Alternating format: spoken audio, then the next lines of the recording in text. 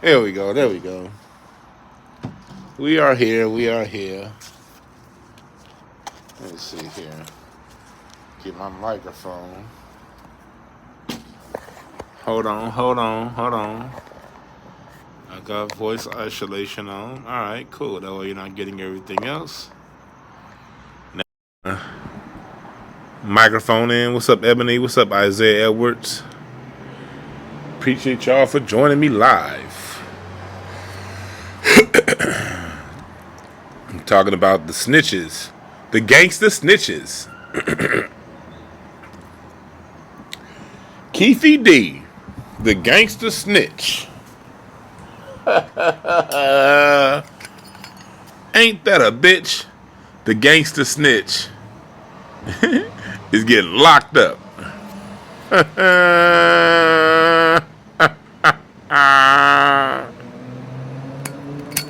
Oh my God.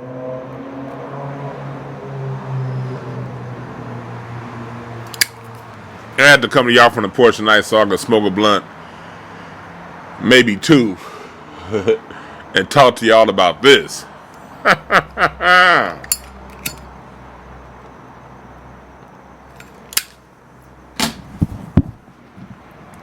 How do you go to jail on your day off? How do you get caught? Using your own words. Oh my God. Okay, so for those of you who don't know what's going on, let me give you a quick background of what we're talking about here. Keefe D. Keefe D is was a local hood rat here in LA that traveled with some gang. I don't get into these gangs. I don't be knowing who is who. I can't tell you the difference between a Pyru, a Grape Street, Inglewood family, a 60s. And no disrespect to y'all, but being born and raised in South Central, I've always stayed in the squarest place, and I don't get involved with the gangster shit.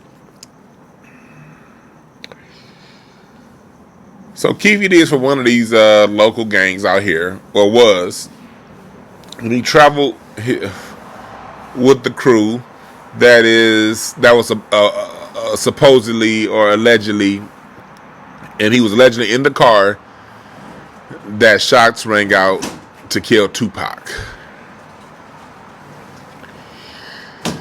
He's a dusty ass nigga who's basically spent the last decade doing interviews from anyone who will take and listen to his sorry ass talk about the murder of Tupac. And here's the reason why I'm calling him sorry and cracking so many jokes on him. One thing I've been doing the last few months, because y'all know I'm putting my documentary together, so that means I've been in deep study. Cardology is, when I'm not studying stuff for my documentary, I love reading about my cards, reading different books to expand my mind. And I haven't been doing as much mind expanding stuff the last few months. The last 3 to 5 months, I pulled back on a lot of my nerd shit, and the majority of my entertainment has been like bomb first interviews with Reggie Wright, Star Network. I love watching Stars. I think Stars on now. He's funny as hell. I've been consuming a lot of these Tupac interviews these last 3 or 4 months.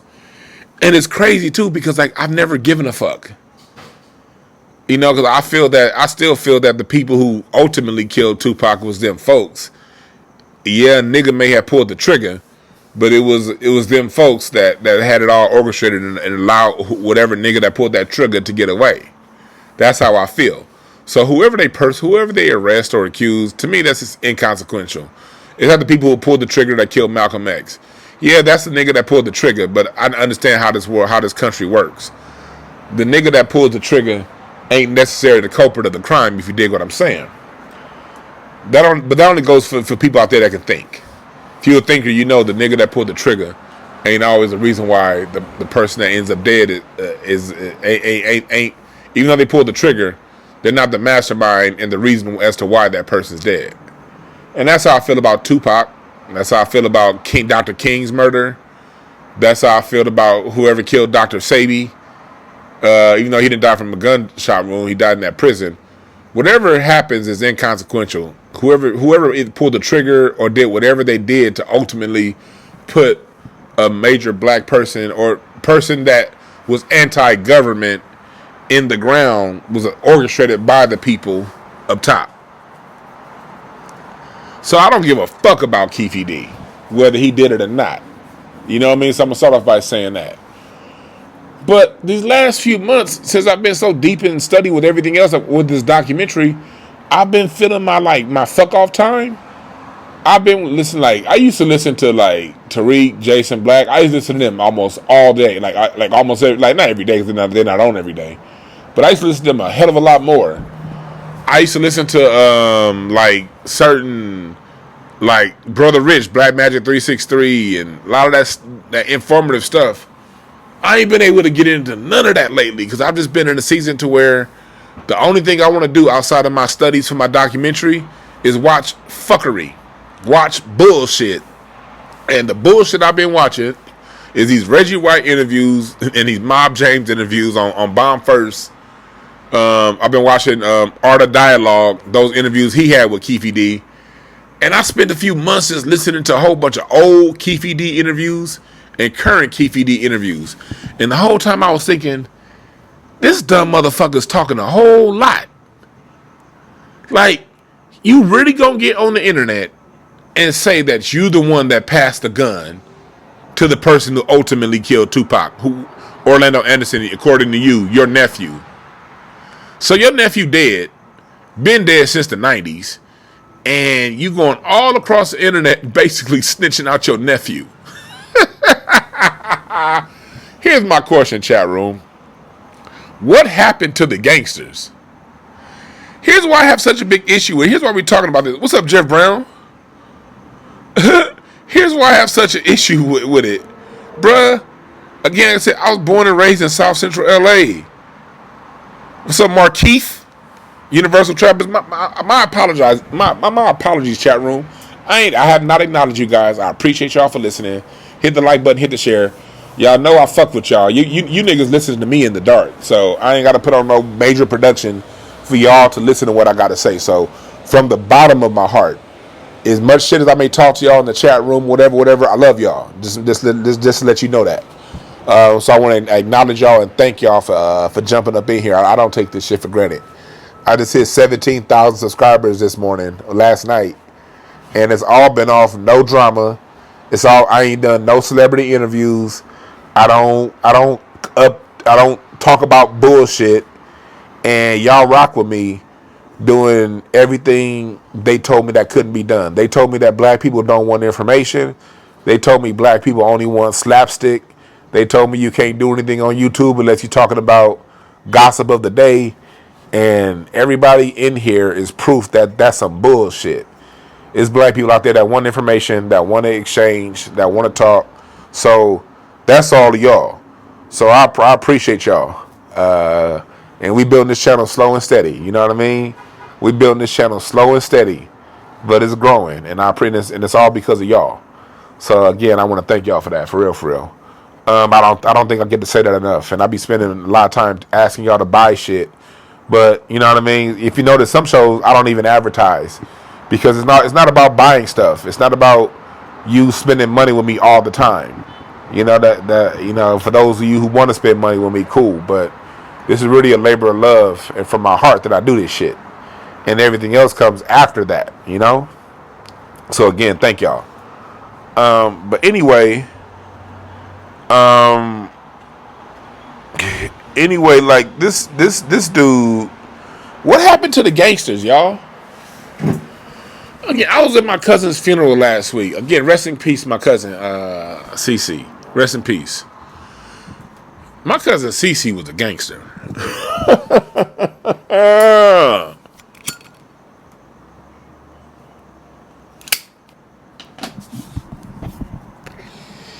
He was a gangster. When I was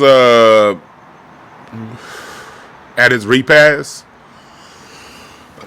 I didn't know my cousin, how much my cousin CC was into, because he was always a man around me, and he never brought that stuff around me. Now, he always knew around me and my dad. He always had such a high level of love and respect for my father and my mother and me.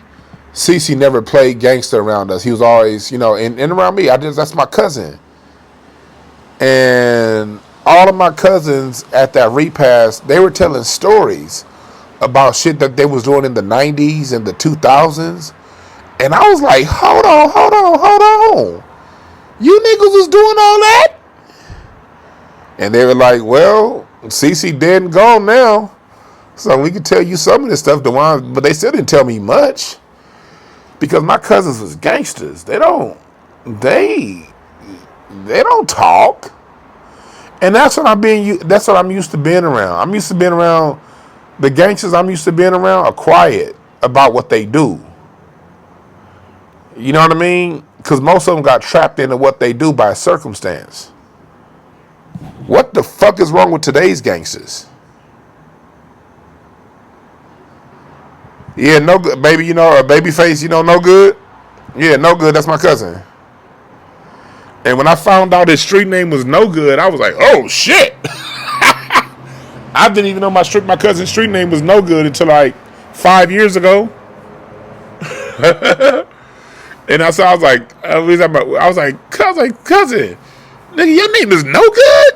And he just looked at me like, he was like, man, that's some things of the past. That's some things of the past.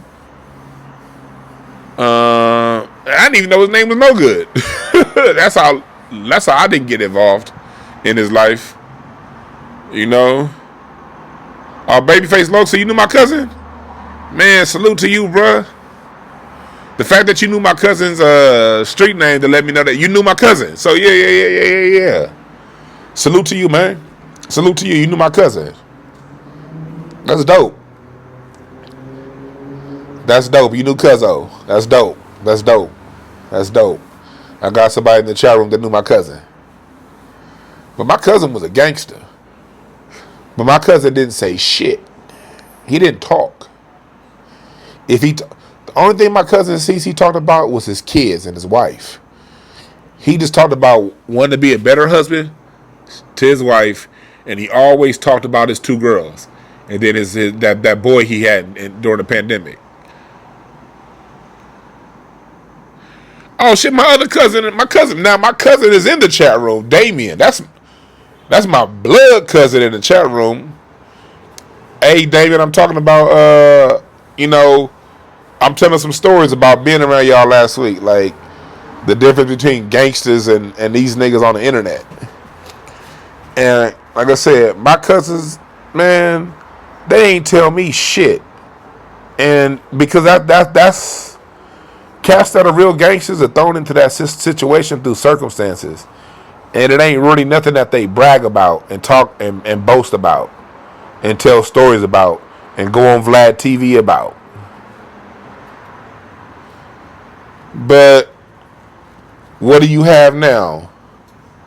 All these gangsters going on to Vlad TV, Art of Dialogue, Bomb First, and all of these other spin-off channels that have gotten profiles from telling 90s and 2000s gangster stories. Man, that shit is corny. And I'm glad Keefe D's in jail. I hope more of these niggas that go to jail snitching. Man, that shit, the 90s was tough. I'm born and raised in LA, man. The 90s was tough out here. The 90s was tough. Damon to tell you in the chat room.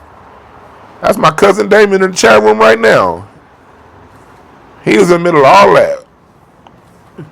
The 90s was tough, man. The 2000s was tough. That's nothing to get clicks and likes over. When I see people getting clicks and likes and getting paid to talk about all the terrorism that went on in the 90s and the 2000s, my heart says, fuck you. Niggas lost moms, people lost aunties, cousins, brothers, sisters, children.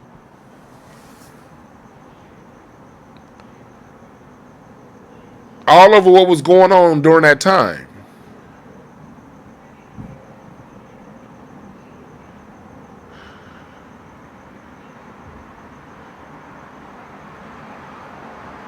So when I see these niggas getting on the internet, getting on Vlad TV, and they talking about some, yeah, I was from such and such, and such and such shot such and such.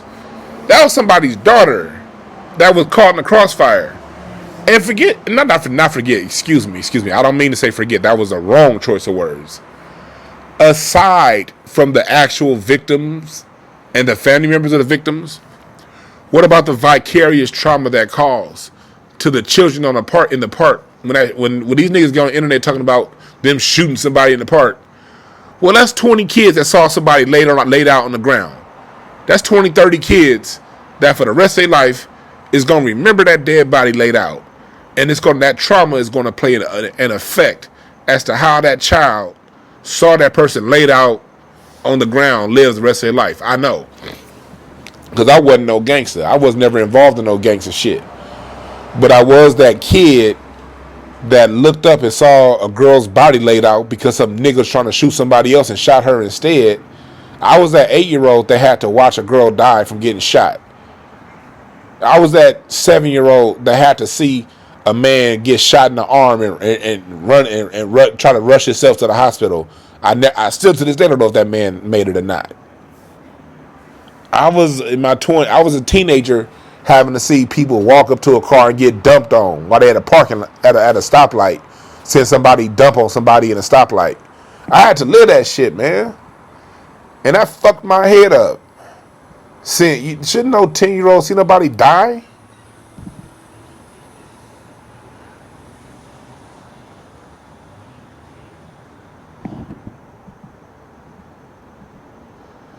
Don't nobody want to see that?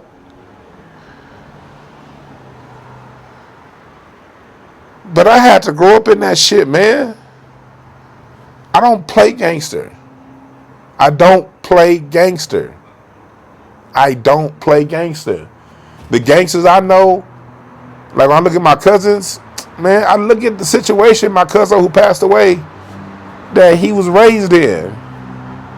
I remember being with my grandmother looking for his mother. He's passed away now, so I can tell a little bit of his story.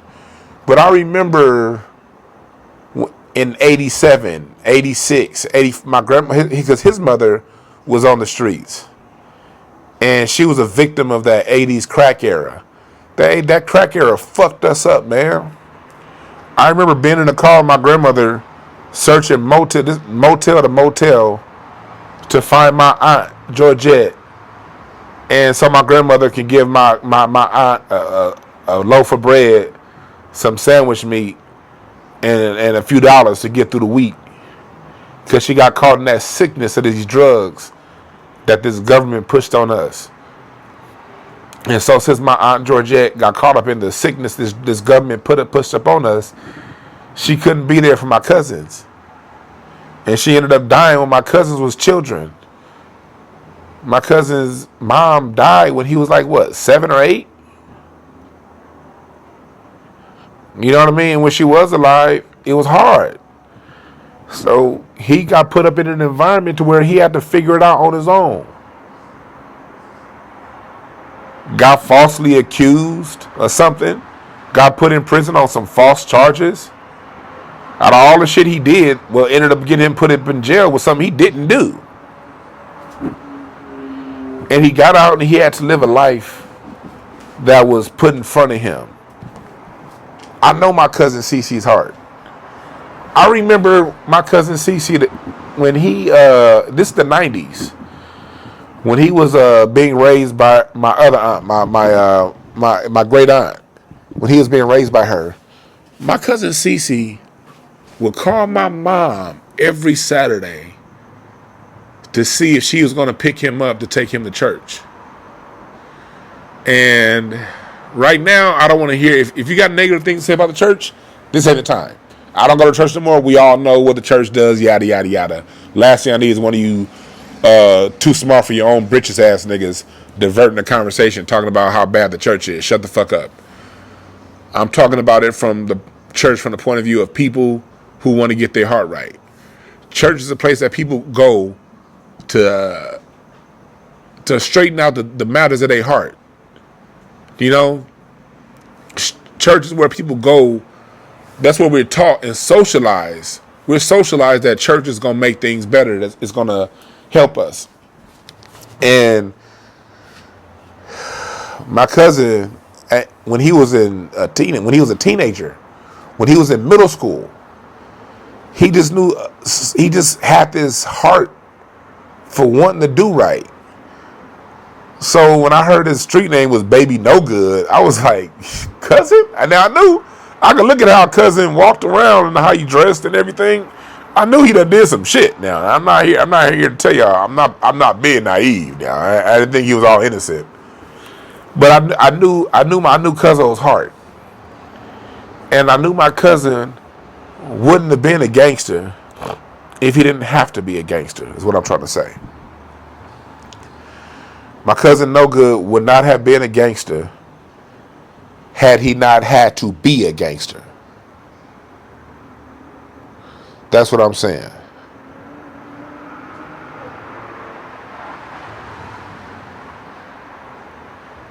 My cousin would not have been a gangster had he not been socialized into that. Everything in his heart wanted to do better. Even my mom said, even them last few years. What up, Tino? Even my mom said his last few years living, he would just randomly show up in church and sit next to her. You know? And those are the gangsters I know. These niggas on the internet running their mouth. And here's why I call Keefe D a dumb fuck, stupid motherfucker. A dusty ass nigga. Here's why I call him a dusty ass nigga. I was watching one interview on Art of Dialogue with Keefe D about 2 months ago. And he was talking about Puffy. This was the interview he did on Art of Dialogue right before they raided his house last month. And he was talking about how he feels Puffy owes him because it was his gang, it was his people that was protecting Puffy when they came to LA.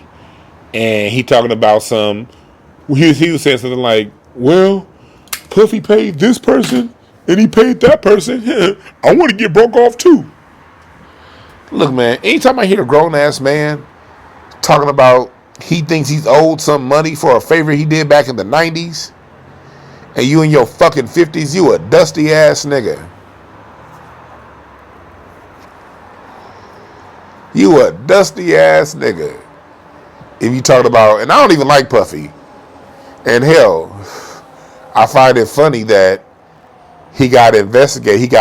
Keefe D got his house raided and subsequently arrested after he started talking loudly on Art of Dialogue about how much he worked with Puffy back in the day and how he protected Puffy.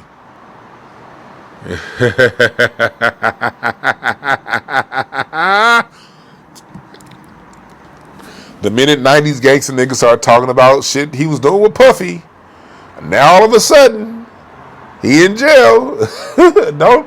Don't think I didn't notice that. Don't think I didn't notice that. Because I have my own point of view when it comes to Puffy and who he worked for. I feel it in my heart of hearts that Puffy worked for them people. Same with Jay-Z. Same with all these niggas that's not in jail. I think all them niggas. Jay Prince. I know that Jay Prince is back to being quiet now. But Jay Prince from like 2016 to like the last year, that nigga been talking a whole lot. Like, I remember growing up hearing about Jay Prince in the 90s. That was the man of mystery right there. You don't fuck with Jay Prince. Now all that nigga do is talk. What's up with all these 90s gangsters niggas talking? I wish I could go back to the 90s and go back and slap myself. It's like, nigga, why you scared? These people ain't shit. I used to not go certain places and do certain things like, nah. And I'm glad I did. I was always wise. I never went to the den of thugs. If I knew a whole bunch of thugs hanging out here, I went the other way. But I remember really being cautious, like shit. You know what I mean? Looking back, man, these niggas ain't shit.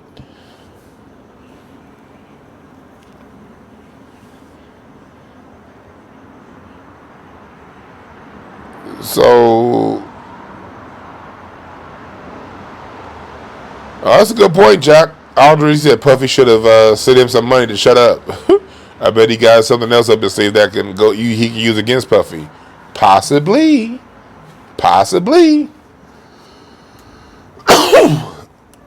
Here's the whole thing. The whole point of this, man. The glorification of murder, the glorification of gangsterism, the glorification of street culture.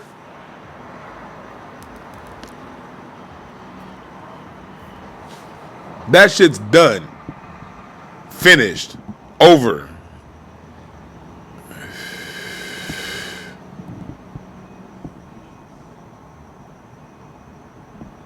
That shit's done.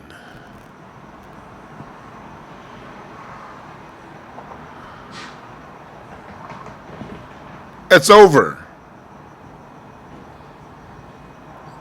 All these niggas running their mouth. I told you in my card reading for the year. What did I tell y'all in my card reading for the year? 7 of Hearts. Those things that have been hidden are coming to life. Yes, sir.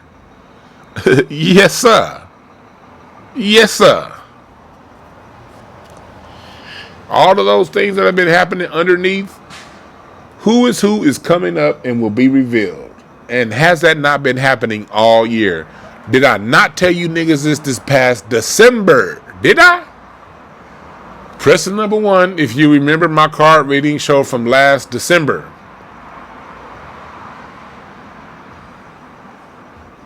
When I told y'all that was going to be the theme for this year.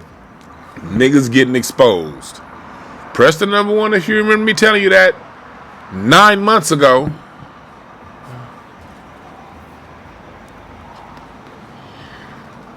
I said this whole year we gonna be seeing people get exposed left and right, right and left. That's what's in the cards for this year. Next year is an 8 of Hearts year, so you can mark this down. Next year, 8 of Hearts. That's the year we're gonna see a lot of unification. You're gonna be seeing a lot of romance, a lot of marriages next year, a lot of people finding their own tribe. But you're also going to be finding a lot of exposure. But it's going to be the way people are going to be getting exposed next year is going to take on a different look than it does this year.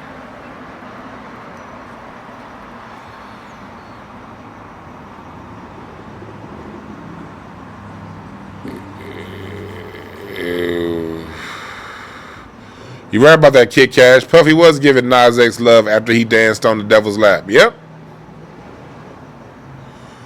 Also, all good, Mark. Yeah, Mark, I was trying to keep the Twitter space open for you to get up and speak, but we was having these technical difficulties, man. It's all good. I'm going to post that Twitter space tomorrow.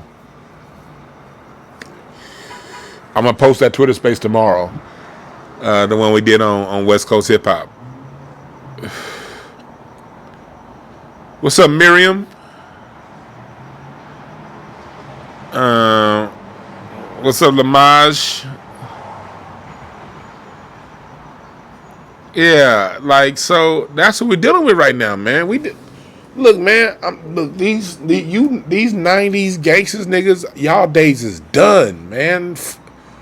Like, I ain't talking about the ones, cause like I said, the gangsters I know, all the gangsters that I know from the 90s and the 2000s. The ones that are sitting around, they just trying to live their best life. They done moved on past whatever they did in the streets, and they are living their life. They raising their kids. They starting businesses. They doing what they got to do. Because here in California, you can't necessarily get a job if you've been a felon. Texas and like other states have re-entry programs. California, you fucked if you've been a felon. So the only way you're going to stay out of prison if you're a felon in California is to create your own jobs, your own opportunities. And all the felons that I know, all of the gangsters that I know, these men have moved past that shit. They ain't talking about it. They ain't reliving it. They not acting hard. They doing what they gotta do to raise their families. So now you got clout chasing Keefe D.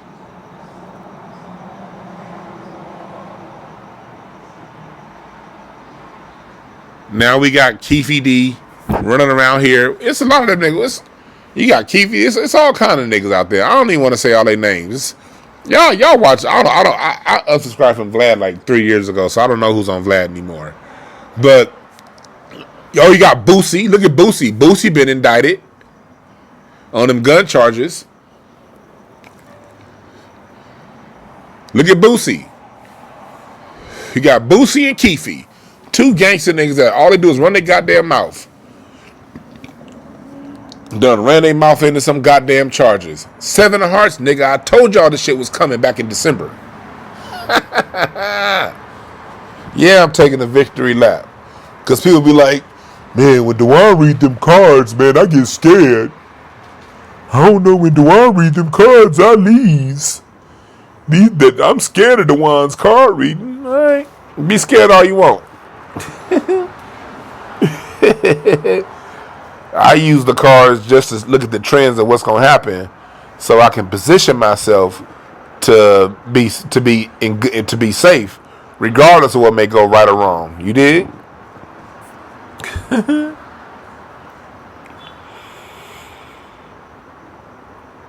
So you got all these niggas. How long we been saying that Vlad is the police?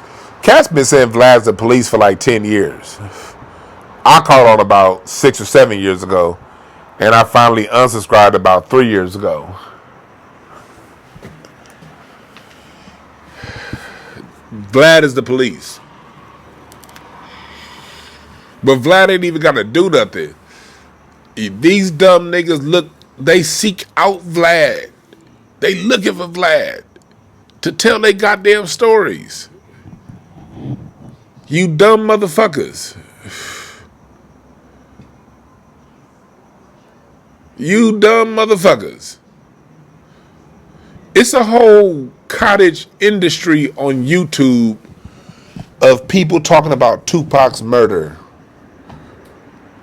It's a whole industry of it's a whole cluster of channels to where all they do is talk about Tupac's murder and 90s LA gangster shit. And they have hundreds of thousands of subs, millions of subs. And the majority of the people watching them shows is white. Yeah, black folks watch that shit too. I'm not going to say we innocent, but the majority of the motherfuckers is non-black people eating that shit up. Vlad, I guarantee you 2/3 of Vlad's audience is non-black.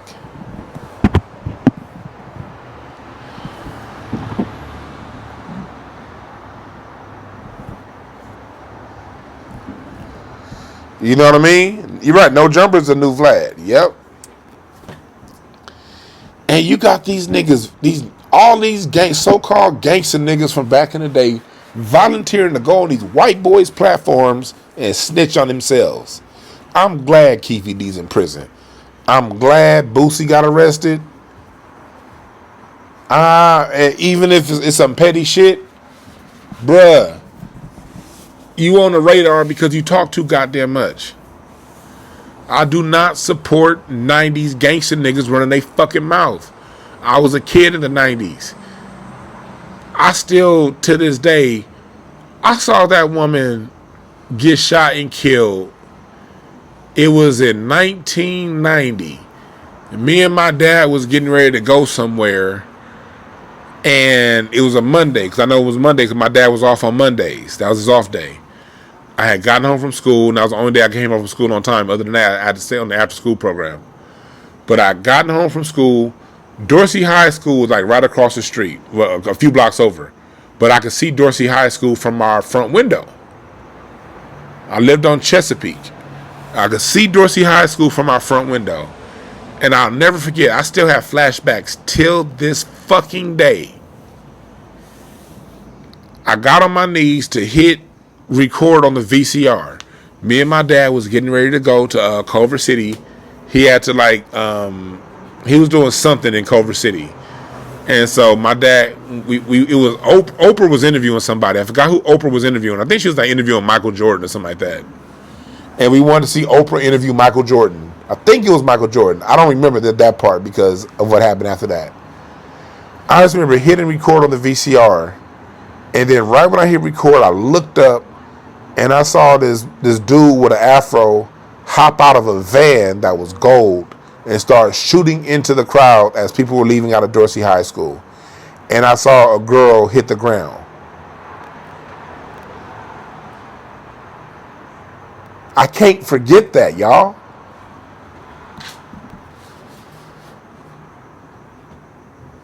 That happened when I was 9. I'm 42. I still remember that shit like yesterday, yo. I still wonder that when I talk about that last show I did, man, I told y'all that story about that man getting shot in Inglewood when I was on Manchester and Locust. I was 20 when that happened. I just remember a man in a blue Mercedes, in a blue BMW. It was like an older BMW, like a 80s BMW, getting out of his car, walking up to a car. It was like a Camaro. It was not Camaro. It was a Regal. Some dude had like a Regal. You know them gangster Regal, them 80s Regals? The dude was at the light on Manchester and Locust. The dude that hopped out of that blue BMW, I'm walking down Locust, getting out of my car, going into work. And I see the dude get out of his car. He says, "What's up?" to me. I say, "What's up?" to him. And just as I'm getting ready to make that ride on to Manchester, I hear doo-doo, doo-doo, doo-doo, doo-doo, doo-doo. Nigga dumping up in that dude's car. And that dude drove off. And to this day, I wonder if that man made it.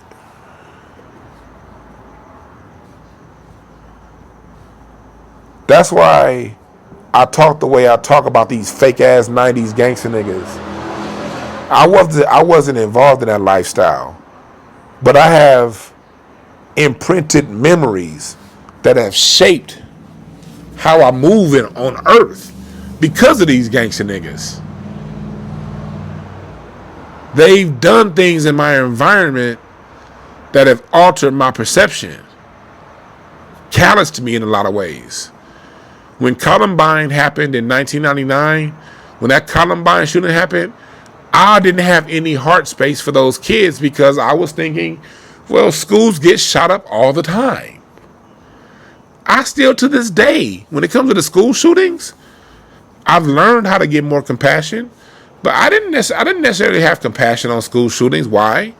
Because my elementary school got shot up 3 times. Drive-bys.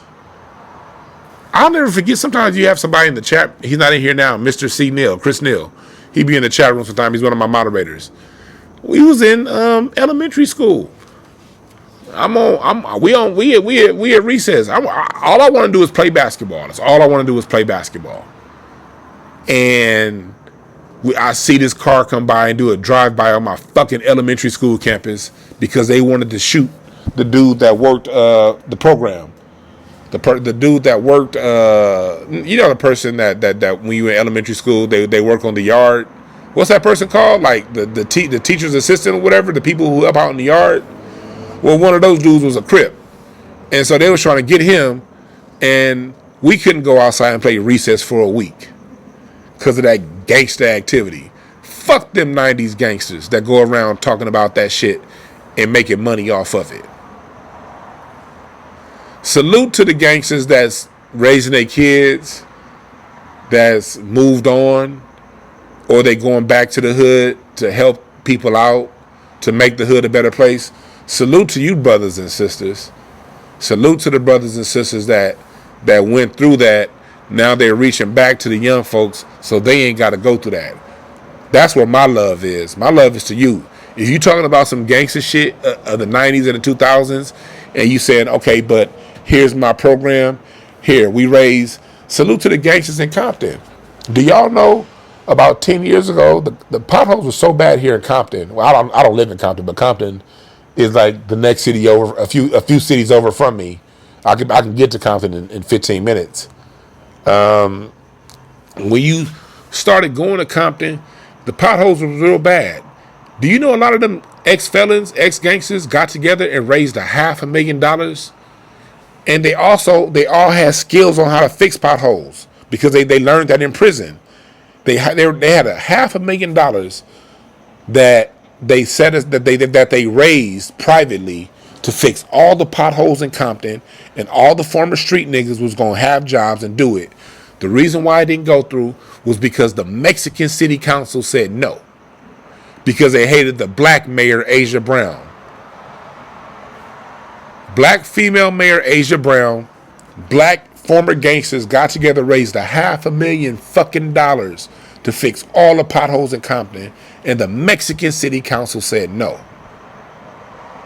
But I'm just bringing up that story to say I'm not putting all gangsters in the same category, because there's a lot of gangster niggas out there who are changing shit. They doing shit. They doing it big. They doing it good. They doing it with love. I love y'all. Because y'all could do, even though I worked on the streets, the former gangster niggas can touch kids I could never touch because I never lived that lifestyle. So it's niggas who did live that lifestyle that in all my years working with kids, y'all could touch kids I never touched. So I salute to y'all. But you niggas going around telling those 90s and 2000s gangster stories as if it was all fun and play, fuck you.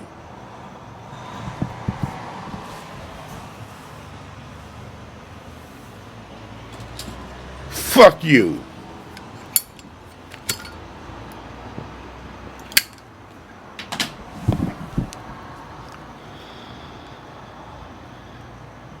This nigga Ruben L said DeWann's looking like the Blair Witch Project. Pay attention, niggas. This chat room is stupid. Y'all niggas are stupid. Pay attention, nigga. Goddamn. That nigga said I'm looking like the Blair Witch Project. Fuck you.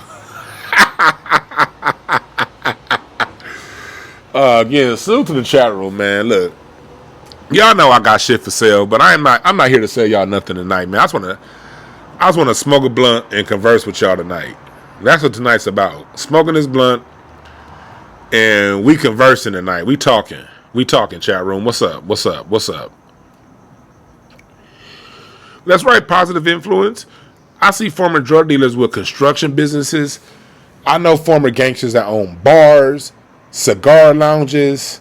I know a lot of the business class here in LA, especially throughout Inglewood and here in Gardena, nigga, most of the black owned businesses is former street dudes.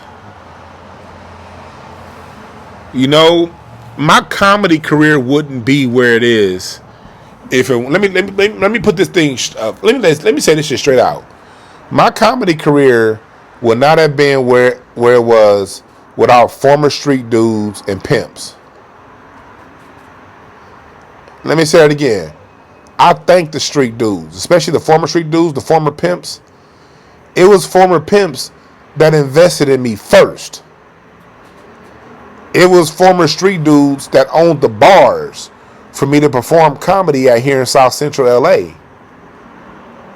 Former Damus, former 60s, former all kinds of street dudes, because the route that I chose in entertainment, the reason why everybody famous knows me, but y'all don't know me, is because I chose not to go the Hollywood route.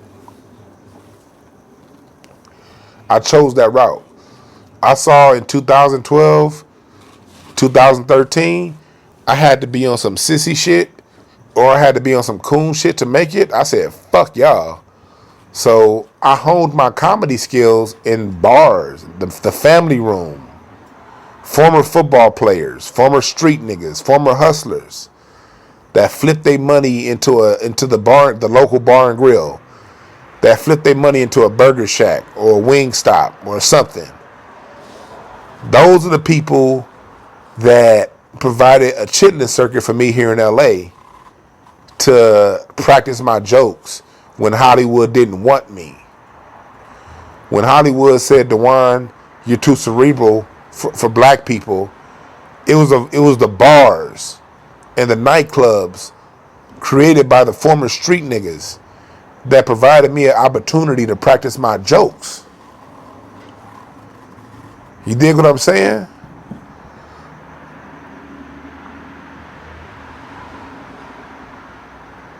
So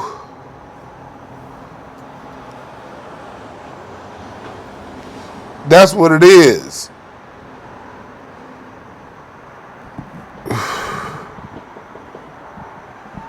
Well, we got a real fag up in here. Let me go ahead and do this. Put user in timeout. There we go. All right. I put somebody in timeout. Anyway, I don't like attention-seeking niggas. That's something else we gotta get rid of in our community. And that's part of what we talking about today. Keefe D putting his ass in prison because that nigga was seeking attention through telling gangster stories. Fellas, we gotta start putting one another in check again. When we see men coming around on some hoe shit, we can't foster hoe shit. Men that want to complain all the time, and men that want to talk about the problem all the goddamn time, but they never got no goddamn solution. Those bitching ass niggas. We ain't got time for that.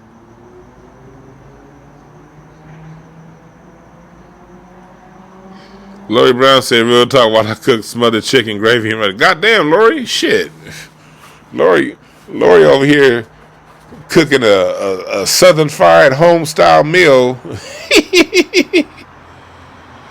Marquise Connors asked, question, how long did you play the drums to master it? You never master anything. I never mastered the drums. Let me be honest with you. I can't say I mastered the drums. I didn't put in enough work to, because it's still, when I say master, there's still a lot of things on the drums that I would like to be able to do that I still can't do. So because of that, I can't say I mastered the drums, because there are still things on the drums that, for whatever reason, I never had the work ethic to put in to learn, to master.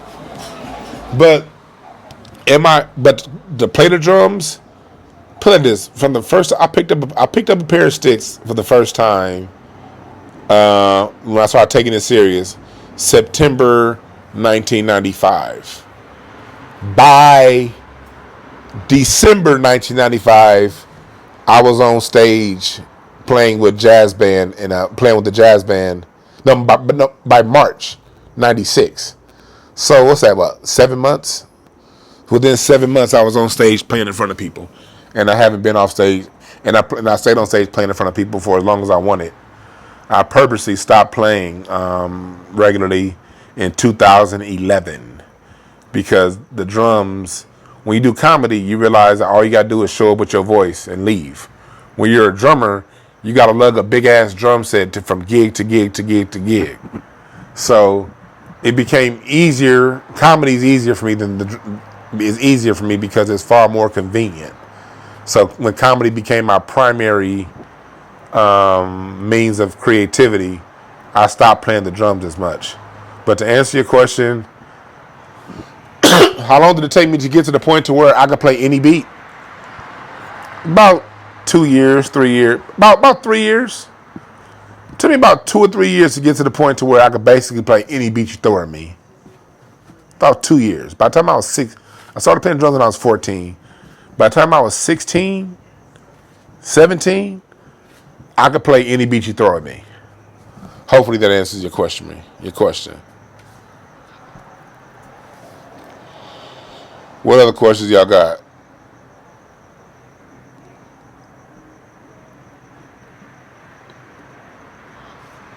What other questions y'all got? Somebody said something about Larry Elder. What did you say about Larry Elder? Kid Cash. What's that? What you want to know about Larry Elder?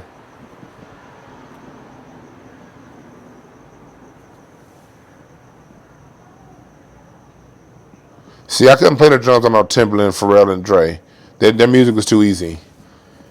Pharrell and Dre, like when I was a teenager, that's why the reason why I'm so into 70s music is because like when I was in high school, that's when Timbaland, Dre, and Pharrell were at their top. Their beats, I would pick their beats up. Well, this is when I was first learning how to play. I would pick their beats up within a few minutes, and this is when I was new on the drums and didn't quite know. All that stuff didn't challenge me on the drums. Plus, Pharrell and Dre in particular, they sample so much. The reason why I know so much about Parliament Funkadelic and all that stuff is because I was listening to, when I would hear Pharrell or Dre sample somebody, the first thing I would do was go back and find who they sample and find the original song. And this was before the internet where you could find it at who sampled. I would just listen to my dad's tapes. I listened to the old school station, 103.9, and I would hear, when I would listen to the old school station, 103.9, I would hear songs that were sampled by Pharrell and Dre and Timbaland. And then, so by the time I turned 15, 16, I drew the conclusion, well, music from the 70s must be better than music of today because music of today takes from everything from the 70s. So why am I listening to this shit? I may as well go back and listen to the music of the 70s. I made that decision at the age of 15. So I've been studying 70s and 60s music since the age of 15. Because that's the conclusion I drew. Everything that I was listening to that was current was a sample of something from the 60s or the 70s. So I said, fuck it. I might as well go and hear the real thing.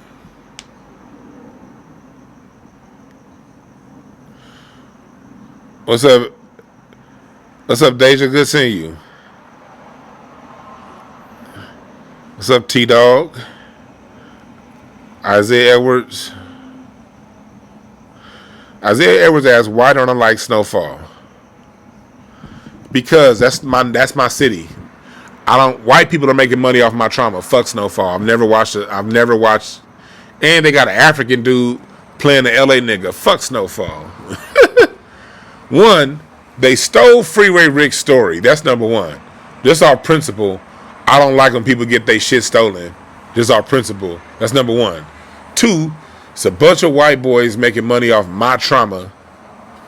Three, they got a fucking African playing the LA nigga. Fuck Snowfall.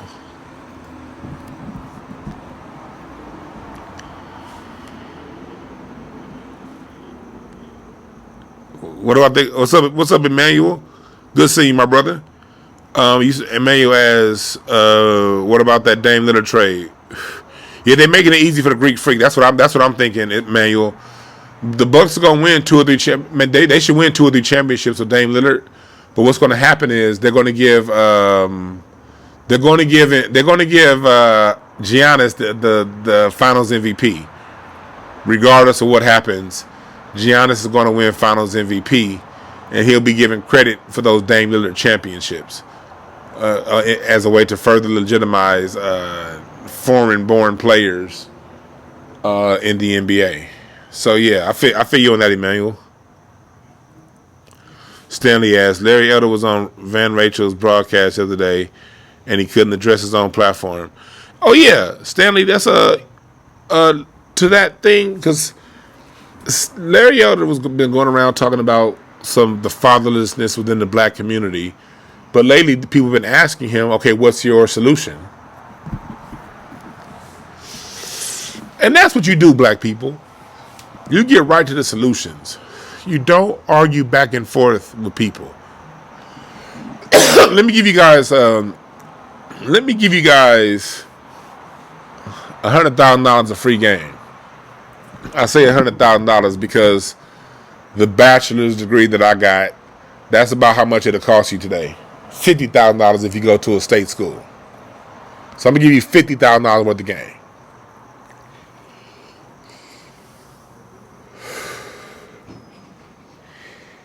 He who asks the questions controls the conversation. You don't go back and forth with people over their bullshit. When you know somebody's bullshit, you ask the right question.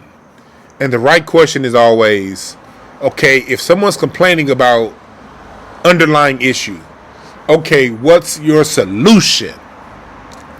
That one question will show you the difference between who's real and who's not. Because anyone who's real, they're going to be able to give you a clear and concise solution within a sentence or two. A few phrases, maybe a paragraph. No more than a paragraph. The people with no solutions are either going to talk in circles or they're going to explain their solution, and it's going to end up being a 5-minute monologue.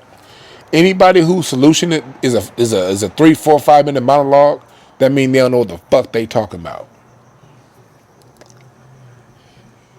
That's how you get down to the nitty gritty. You ask questions and you tell them to prove it. And when you want people to prove something, they must answer who, what, when, where, how, why, and how. They may not know how, but they should definitely know who, what, when, where, and why. Like when they say Jamaicans created hip hop, okay, who? What did they create? When did they create it? Where was it created? Why was it created? And how was it used? Let me give you an example. When DwannBrown says Black Americans created Afro-Cuban music, created salsa music, here's how I answer that question. Who helped create it? Dizzy Gillespie, bebop. Afro-Cuban salsa music is a combination of Spanish tango music and bebop, melodies and harmonies and phrasing. Dizzy Gillespie. When? 1940, Machitos, Afro-Cubans, Machito came to America and linked up with Chick Webb's horn section, and out of the 20 members of his band, 18 were foundational Black Americans. The only Cubans was Machito and his brother. Where? New York City. Remember, ownership is 90% of the law. I mean, 90% ownership is place. Where a thing is created, the location matters. New York matters. That means the United States of America. And how is it played today? Well, those rhythms, harmonies, and phrasings still abound in Afro-Cuban / salsa music. And it's still played and performed through the likes of Ruben Blades. You see how I answered that question? If I can do the same with reggae. When I talk about Black Americans creating reggae, I can answer who, what, when, where, why, and how. And the year. Manteca, the first Latin jazz album, recorded by Dizzy Gillespie, 1954. Using these harmonies that derive from bebop and the blues. That's the real deal. The real deal is somebody that can answer who, what, when, where, why, and how. So you niggas got to know that. Cut to the chase, Jace.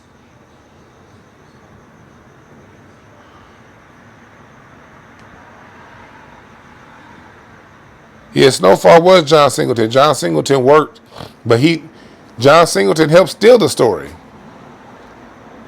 Rest in peace, John Singleton. I don't want to say anything bad about John Singleton because I used to run across. Well, being in LA in the 2000s was real special, man. Yeah, y'all don't know. In the Crenshaw district, in the View Park, where I was raised, I lived in my college years.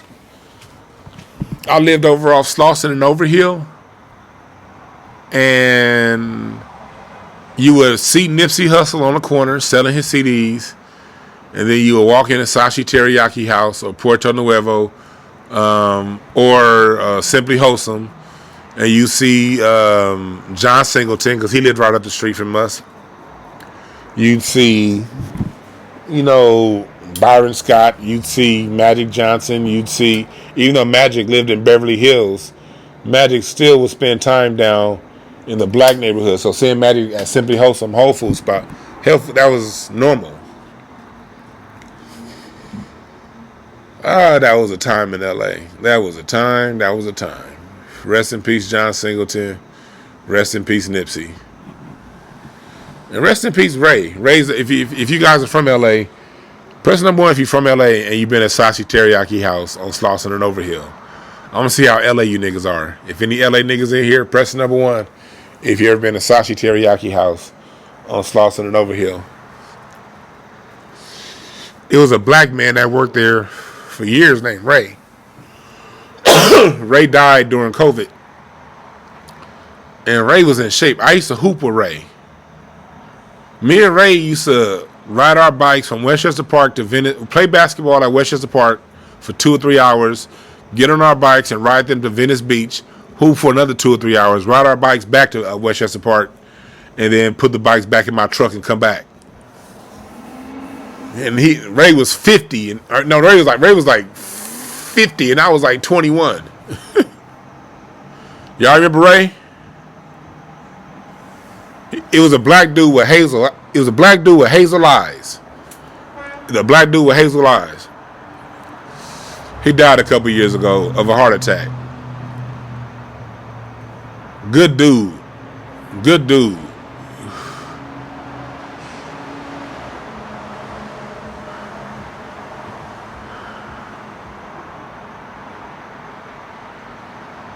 Yeah. What else y'all talking about in the chat room?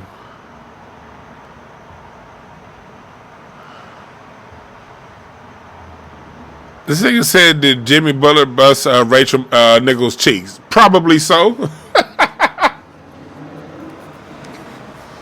I'm outside the inner circle in the NBA now, so I wouldn't know, but probably so.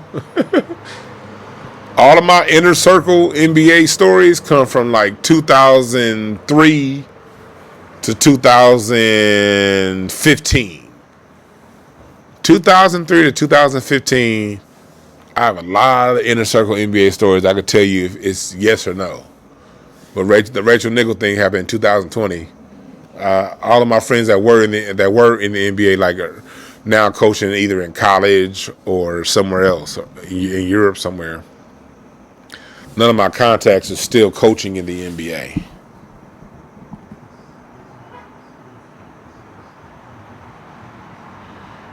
Hell yeah, Jordan's Cafe was cracking. Yeah, I remember when Jordan's closed down. I was like, what? Do y'all remember when Simply Wholesome was over where Jordan's was?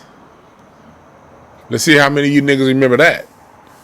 Because where Simply Wholesome is, that used to be a sandwich shop.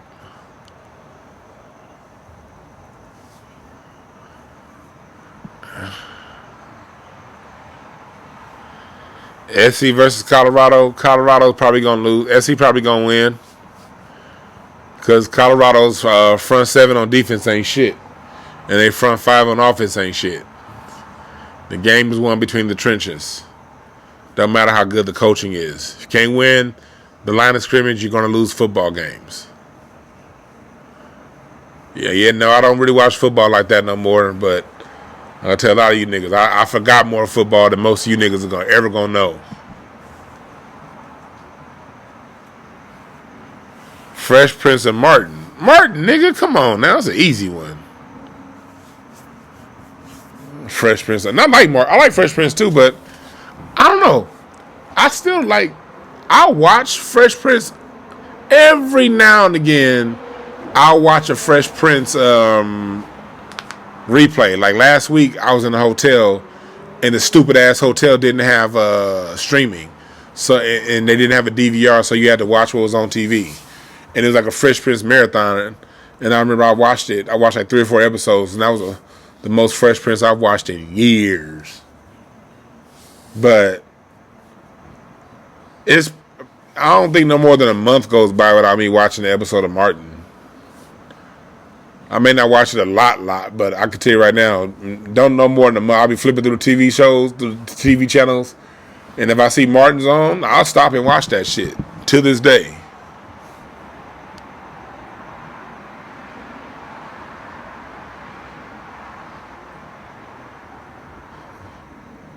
Like, people don't understand how much Martin changed the lexicon of America. Let me get deep. Let me tell you something real quick. You want to talk about the impact Black Americans have on American society? Do y'all know when Oprah says when Oprah says "You go, girl"? Oprah popularized that statement to white America, but Oprah got that statement from Martin. Oprah popularized worldwide "You go, girl." And everyone would like basically attribute "You go, girl" to Oprah. Like in white society, you hear white girls be like, I remember when I was in college, hearing like white girls say shit like not white girls, like my professors, my college professors, because they're a little older. My college professors would be like, you know, like Oprah says, "You go, girl," and I'd be like, bitch, she got that from Martin. Y'all remember the Jamie Foxx show? When the Jamie Foxx show used to like run into the ground, the whole hand to the face. That whole putting the hand to the face thing, that was a popular thing from like 93 to like 98. It really stopped being popular around like 95. But the Jamie Foxx show, when that show came around, they brought it back. They got that from Martin. Because Martin would just put his hand in Pam's face and walk, and the whole hand to the face gesture became like a part of Black American culture for like 4 or 5 years because of Martin.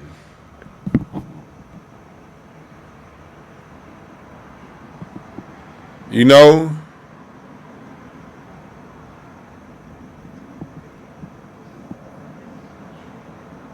No, so Martin was culture. Martin was like raw Black American culture. Period. That's why it's still funny today, to this day.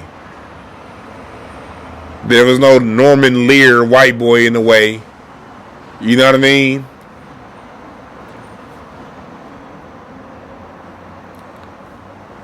Martin changed culture. Martin added words to the lexicon. To this day, all that people, like, to this day, I know people, they still, like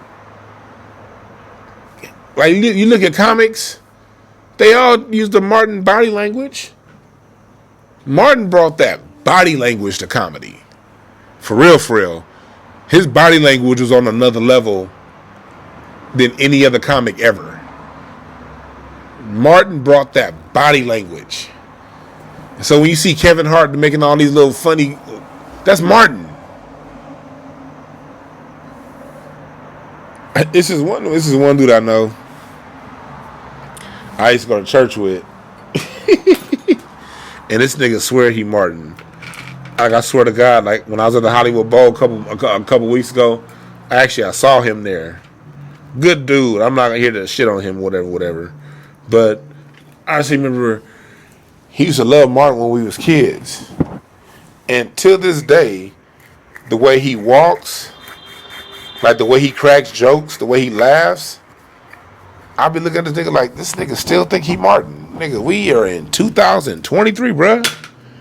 I'm thinking like, this nigga been imitating Martin so long, maybe that's just who he is now. Maybe this nigga been imitating Martin. This nigga been imitating Martin since 1994. So I guess that's who homie is now. Nigga, Martin's culture, nigga, period. Excuse me, y'all. I'm over here trying to do two things at once. I'm over here rolling the blunt. I didn't put enough weed in that. That's gonna be a little skinny ass blunt. Dwan, what the fuck am I doing? That wasn't shit. I just put like a little dwarf amount of weed up in my blunt. Man, what the fuck am I doing? Here we go. That's that rattling noise you hear in the background. That's me over here holding my phone in one hand and breaking down weed in the other hand. You know who taught me how to roll a blunt and drive at the same time? Kamir White. Press number one if y'all know Kamira from All Dev Digital. And I've interviewed her on here before. She's done my live shows if you ever been to my live shows. Press number one if y'all know Kamira. Y'all should know who Kamira White is. That's my nigga right there. That's my nigga right there. Let's see here. What's up, Netta J? Well, Kamira taught me, or it's not taught me, showed me that it's possible to roll a blunt and drive. And I know other people who's rolled blunts and drive before. But Kamira showed me it's possible to roll a blunt and drive and not swerve. Like, Kamira can roll a blunt and drive, but keep the car straight. That's the difference.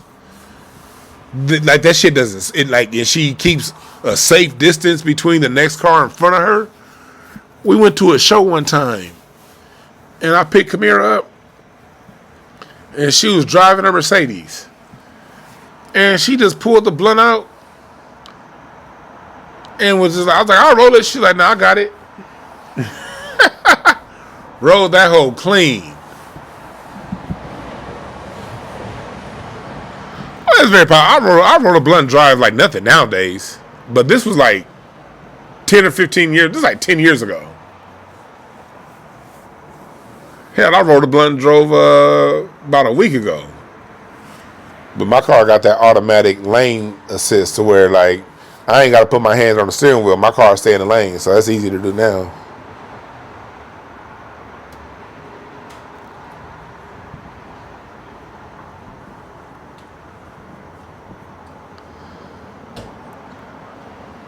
Let me see. Yeah, Kamira, she taught me how to roll a blunt and drive. I was like, what the fuck? This was like 2013, 14. We had a show that show was, I think that show was like way out. It was like in Riverside. It was like a long ass drive. Who is Ellis Eno? You said your dad used to roll joints and drive. My dad did too. My dad used to roll a joint. When I was a kid, my dad used to drive down Western. I'll never forget. When we used to be coming home, as soon as he made that left onto Western, off Gage, it was a liquor store like on 68th and Western. My dad would stop at that liquor store, and we lived on 71st and Western. And like, he would stop at that liquor store to get whatever he got. And then those last 3 blocks from 68th and Western to 71st and Western, this when I was like 3. My dad would let me sit on his lap and drive his Cadillac. He had a long black ass Cadillac. And my dad would let me sit on his lap.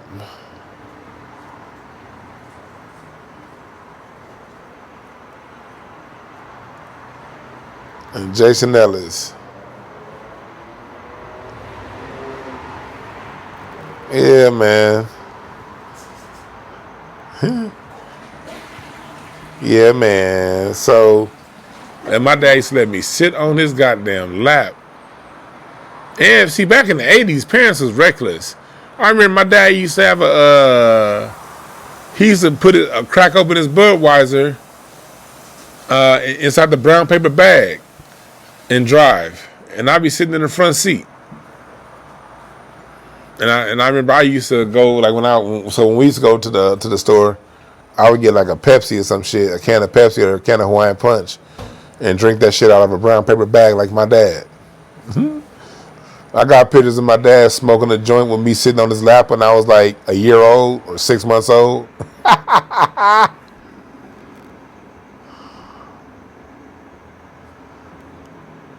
Yeah. Edward Jones said a Cali chick showed you can roll a drive too. Yep.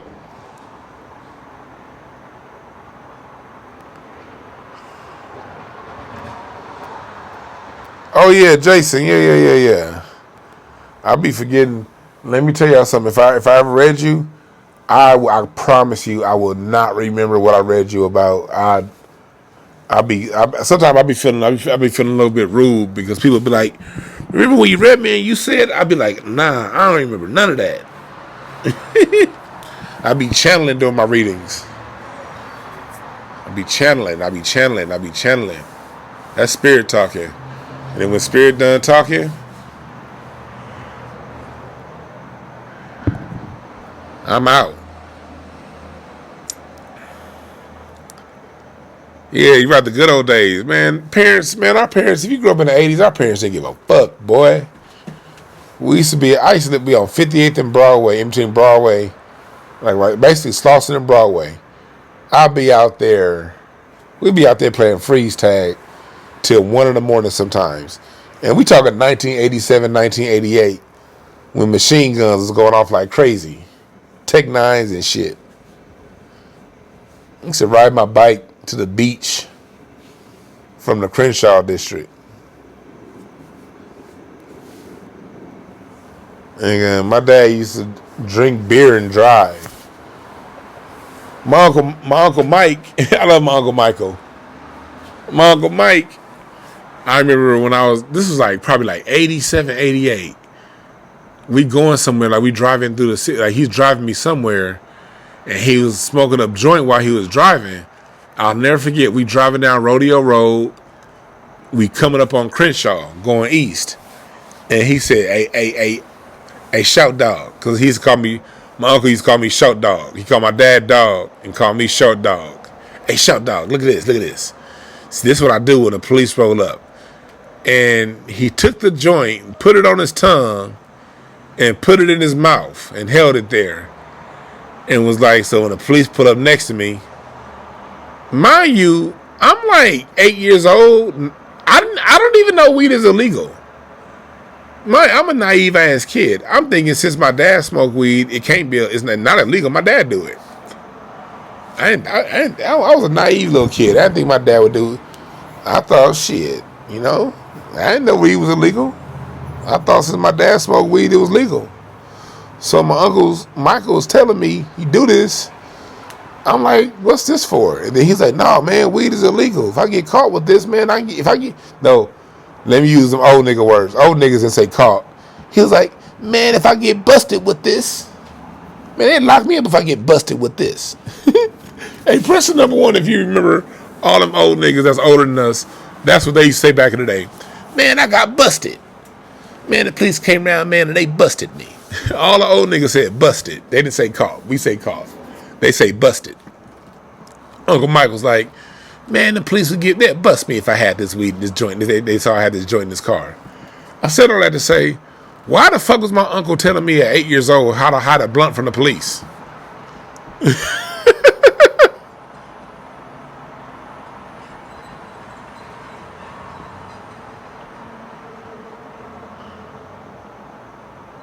I appreciate that, Ellis.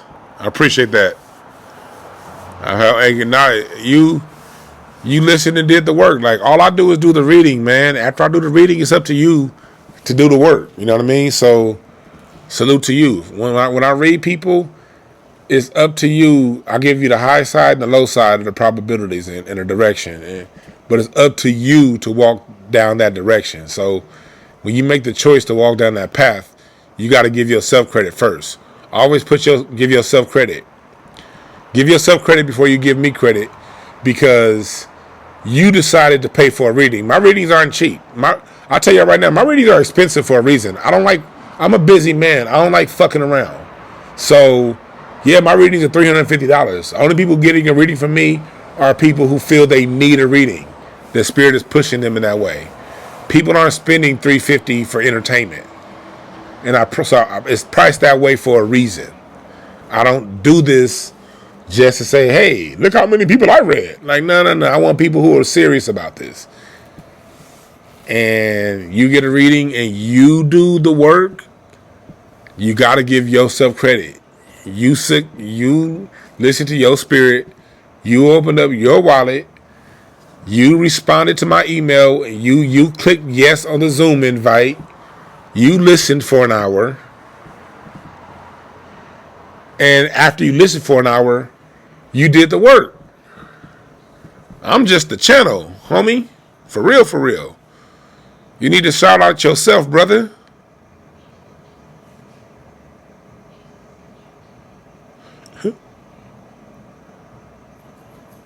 Ellis, you got to shout out yourself, man. Listen to my man Blaze. Shout out to yourself. That's Blaze's quote. I always like that quote from Blaze. Shouts out to myself. You got to thank yourself. From beginning to end, you did the work. You scheduled the appointment. You paid the money. You listened and you followed the probabilities, and you did it yourself. So, salute to yourself. Hey, ask viewers. I wish I could put shit on the screen. He said 5-0 might come. If we get busted smoking crack, we might do time. That if I could put that on screen, I would do that right now. That was funny. That's just how they used to talk. Yeah, man, I might get busted. Also, I put up a poll earlier. You guys seem mighty interested. So I'm going to do a class, a music history course. And I'm going to do it I'm going to give you two options. I'm going to give you a flat rate to where you can do the full course, or you can pay for the course class by class. And it'll be cheap. It won't be as expensive as my cardiology. It'll only be something like $20 a class. It'll only be something like that, like $20 for a class. I'm thinking like $20 for a class, or just a flat $150 for the full semester, which will make it, and the semester is going to be like 12 classes. So that would take it down to less than $20 a class if you just do the full semester. But I'm going to take you from back in during slavery through hip hop, give you books, homework assignments. If you do my course, there are going to be homework assignments. There are going to be books. There are going to be quizzes. Well, I'm not going to do the quizzes part. That's too much work. But there will be books and homework assignments. It'll be a for real course.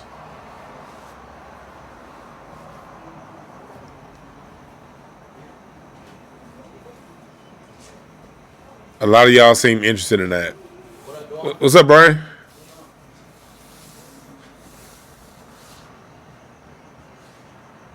So, yeah.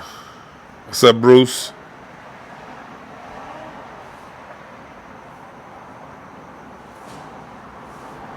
So that's it. But yeah, Keefe D is locked up. Good. I don't care if he pulled the trigger or not. Because at the end of the day, I think them people killed Tupac.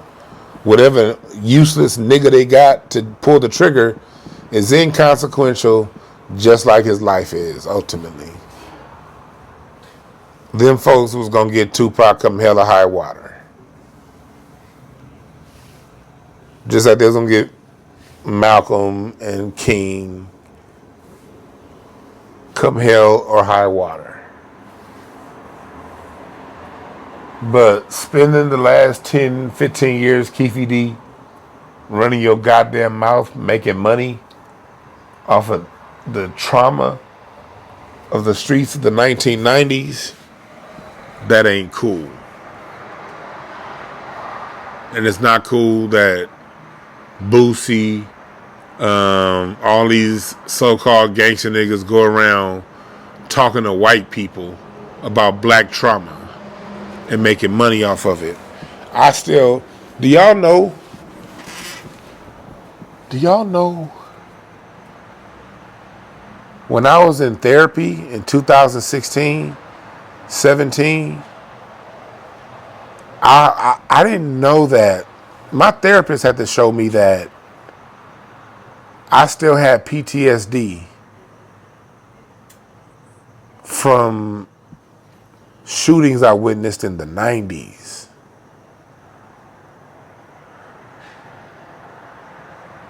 My therapist was showing me that I was still dealing with PTSD. And my whole life, I had a trigger moment, at a moment that triggered a reaction in me in the early 90s when I saw these people get shot.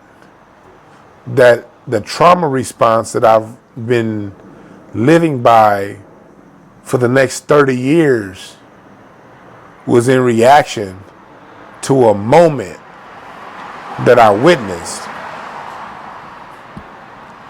And all of us have that. You black American, you grew up in the hood, there are all kind of trauma responses you've been living by your whole adult life that you're unaware of. Those trauma responses are born out of environmental harms that these gangster niggas of the 90s perpetrated around us. Or perpetuated, I should say, around us. If you witness somebody get shot as a kid, or just the sound of gunshots, the PTSD that gives, the trigger responses, the trauma responses. I remember sitting in class at Coliseum Elementary School, hearing people argue at the liquor store next door, then gunshots ringing out. And then the ambulance coming. I'm an empath. See, some of you guys aren't empathic. I'm an empath. Being an empath means you feel the world around you. I didn't know I was an empath in the 3rd grade. And spending that whole school year, every time I went to that particular class, wondering if that man that got shot lived or not. I'm empathic. I can't control that. God made me that way. I was born that way. On one hand, it makes it easy for me to read you guys' cards and tap into your field because I feel you when we connect through a reading. So that's where an empath being helps me out.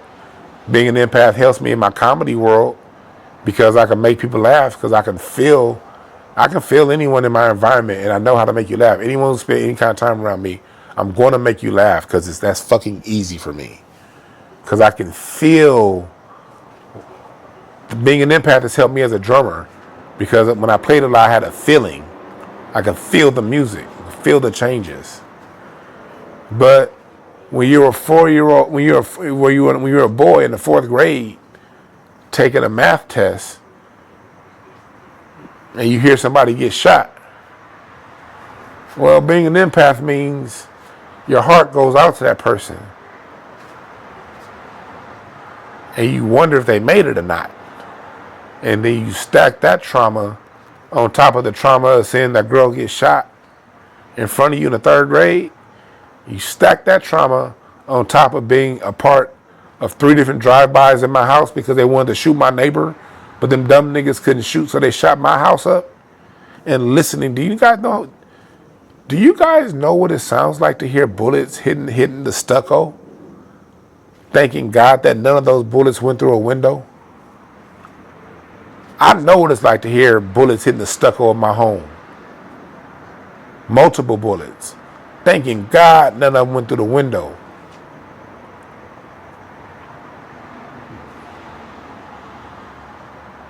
And then here I am, 2014, 2016, working in South Central LA, reliving that trauma every day at work, having to go to therapy, and then realizing in therapy that I still have a PTSD reaction to trauma that happened in my environment that I couldn't control as a child.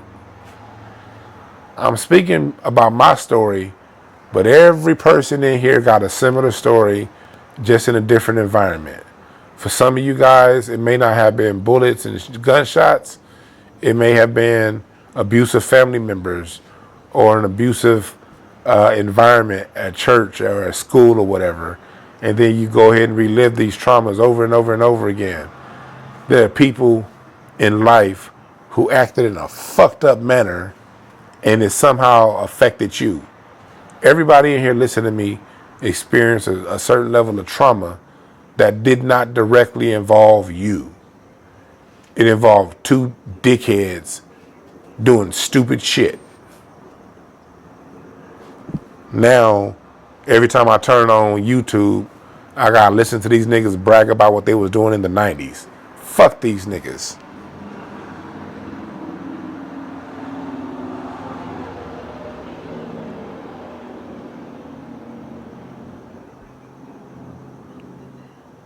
Fuck them, fuck them, fuck them, fuck them.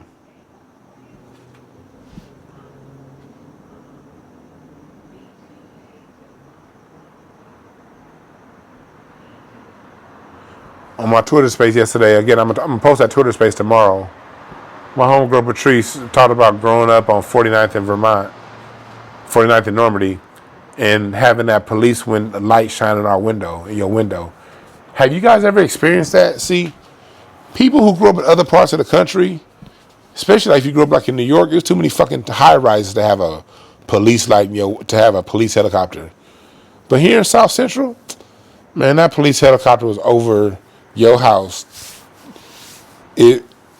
at least 3 nights a week.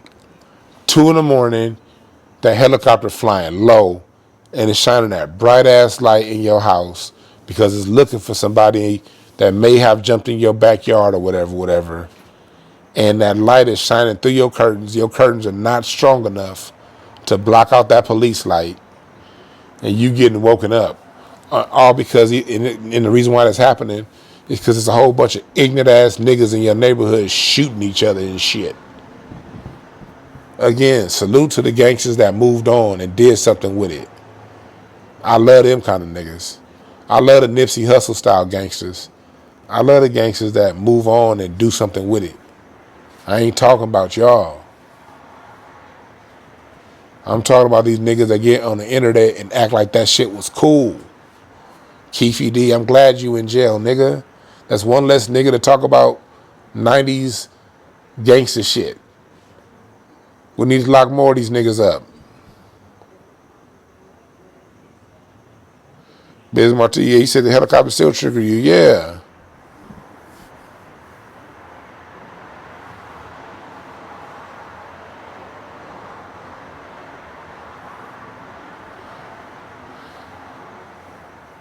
Weed and alcohol, now you can't lessen your empathy, but what it can do is it can callous it. It can make you more calloused to where you ignore it. But when you ignore it, you still deal with it. It just doesn't express itself. It becomes more cancerous. So weed and alcohol can mask it, but you're still going to suffer the consequences of that of masking it. You're still going to harm yourself internally by masking your empathy. You can definitely act like it isn't there, but no.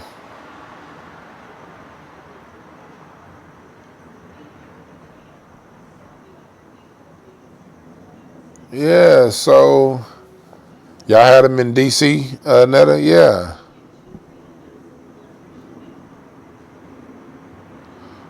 Coldcrest said you witnessed a shooting at a funeral as a child in the 90s? Yeah.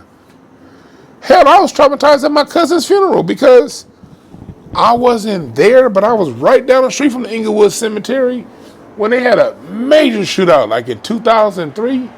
I know 2 people that got shot at Inglewood Cemetery back in the 2000s because a rival gang funeral was going on at the same time.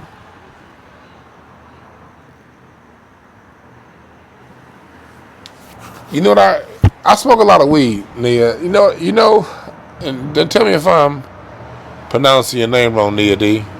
Is it Nia or Nia? But this is my practice with weed and alcohol. Whatever issues I'm dealing with, I resolve those things before I smoke weed or before I drink. I don't allow myself to smoke weed or drink when there's an issue that I have to face. I don't allow myself to smoke at those times. I've trained myself to deal with my problems sober. And when I do smoke weed, I smoke weed for fun. For me, weed is fun. It's time to have fun. It's time to be creative. That's what weed is for me. Fun and creativity. Fun and creativity is weed for me.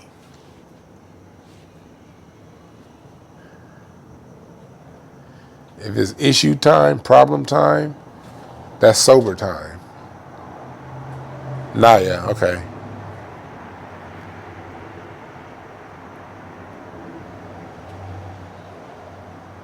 Yeah, Netta J, you suppress the memories, but they still play out. Those traumas still play out in ways we can't control. You know? Those traumas still play out in ways we can't control. So the ways that we can control once we deal with it. Once we go to therapy, once you do something to deal with the trauma,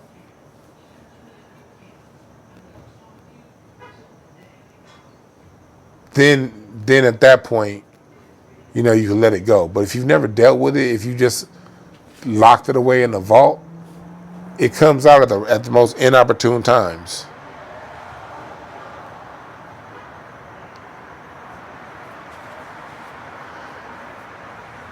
So you want to deal with the trauma head on. You want to face it.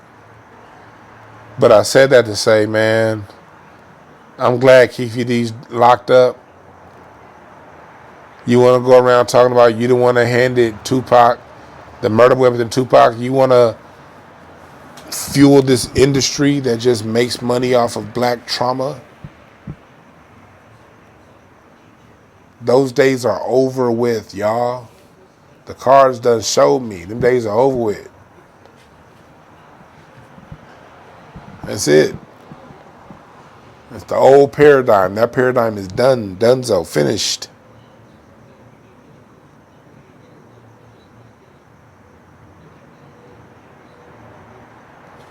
Oh, I got called reading in therapy, Ellis. It's just my Breakthrough Advocacy Services website is down, but no, I got called reading therapy sessions too now. All my therapy I do now, I pull the cards out. It's just that now what used to take me 9 months of therapy to do, I can do now in 5 sessions. Like I offer 3-session and 5-session packages for therapy packages. Marriage. I have a few married couples that have come through my program and been able to stay together. I do marriage counseling. I do counseling, with families, communication. I do I'm not a therapist. I don't do official therapy. I do alternative therapy. Mine's alternative. But it works better than any therapist you gonna go to. Yeah. But yeah, I'm just glad to see that these niggas is getting locked up for the bullshit. It's over with. I don't care. I'm not even one that, I don't like seeing black people go to jail. But look, some of y'all, hey, you're a drag on the rest of us. And people that want to uphold that lifestyle, perpetuate that lifestyle, and they not doing anything to help people out from that lifestyle,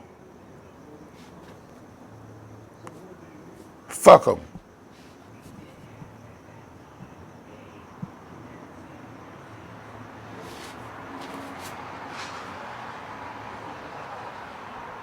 But yeah, get your readings. I'm gonna post up my Twitter space from yesterday tomorrow. I'll put that up tomorrow morning, tomorrow afternoon, so y'all can listen to that. And then I'm gonna be back live with y'all on Sunday. Cardiology students, 10 in the morning Sunday, we have class. Grand Solar Spreads, 10 in the morning on Sunday. To my cardiology students, we are covering the Grand Solar Spreads. 10 in the morning on Sunday. And then I'm going to come live and talk some shit with y'all afterwards. Alright. I'm going to do an Instance and Ashtray. I wasn't going to do one tonight, but I'm gonna listen to my music by myself tonight. I'm done talking now. So when I'm done talking to y'all, I'm about to put my headphones on. So I'll see if I can do an Instance and Ashtrays maybe Sunday night. Maybe like I'm gonna come live to y'all. Sunday morning or Sunday afternoon here on YouTube, and then I'll let you guys know on Sunday whether or not I do an Instance and Ashtrays Sunday night. All right. I appreciate y'all for showing. Y'all have a good one. Remember, there are no perfect messengers, only perfect messages. To those willing to pick up the game, go to DwannB.com for all the dope shit. Appreciate you, Ellis, Markeith, Positive Influence, Stanley. Appreciate y'all, Lori Brown, Netta. Y'all have a good one. Nia, y'all have a good one.